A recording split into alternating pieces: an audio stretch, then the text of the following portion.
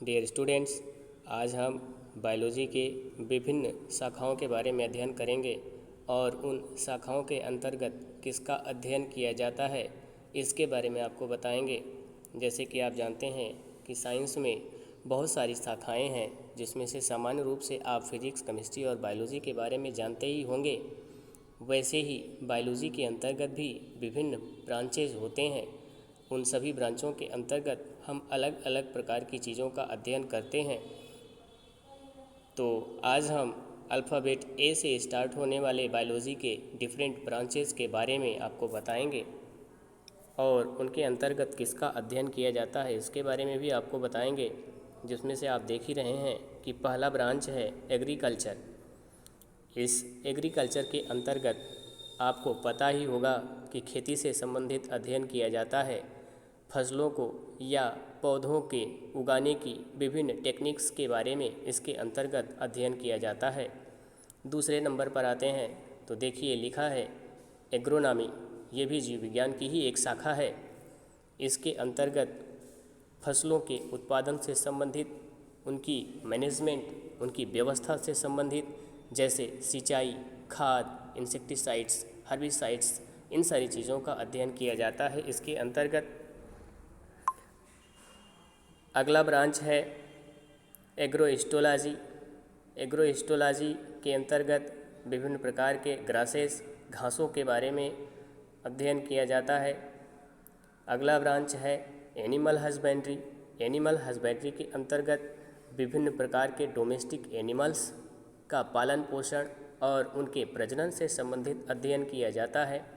Domestic animals का कहने का मतलब जो घरेलू पालन से संबंधित जीव हैं, उनका पालन पोषण और प्रजनन जिसके अंतर्गत किया जाता है उसे एनिमल हस्बेंड्री कहते हैं। एंथोलॉजी।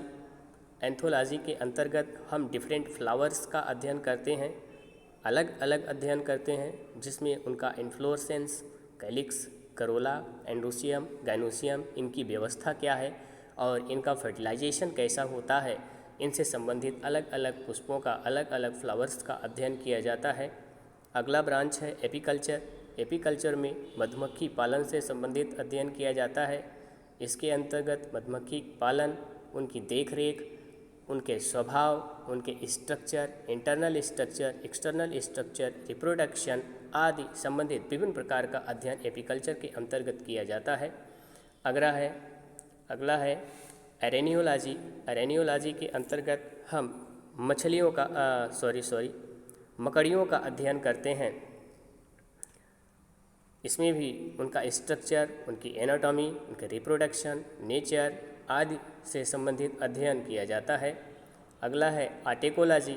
आर्टेकोलॉजी के अंतर्गत हम किसी भी जीव और उसके चारों तरफ उपस्थित पर्यावरण के बीच में इंटर रिलेशनशिप का अध्ययन करते हैं। इसके अंतर्गत आपका इकोसिस्टम, पारिस्थितिक तंत्र भी आता है। एक्वाकल्चर। एक्वाकल्चर के अंतर्गत जलीय वातावरण या जलीय जंतुओं का अध्ययन किया जाता है।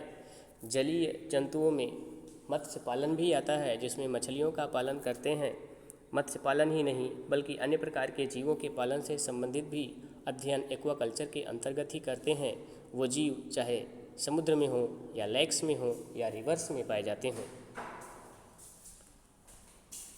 अगला है आर्थ्रोलॉजी।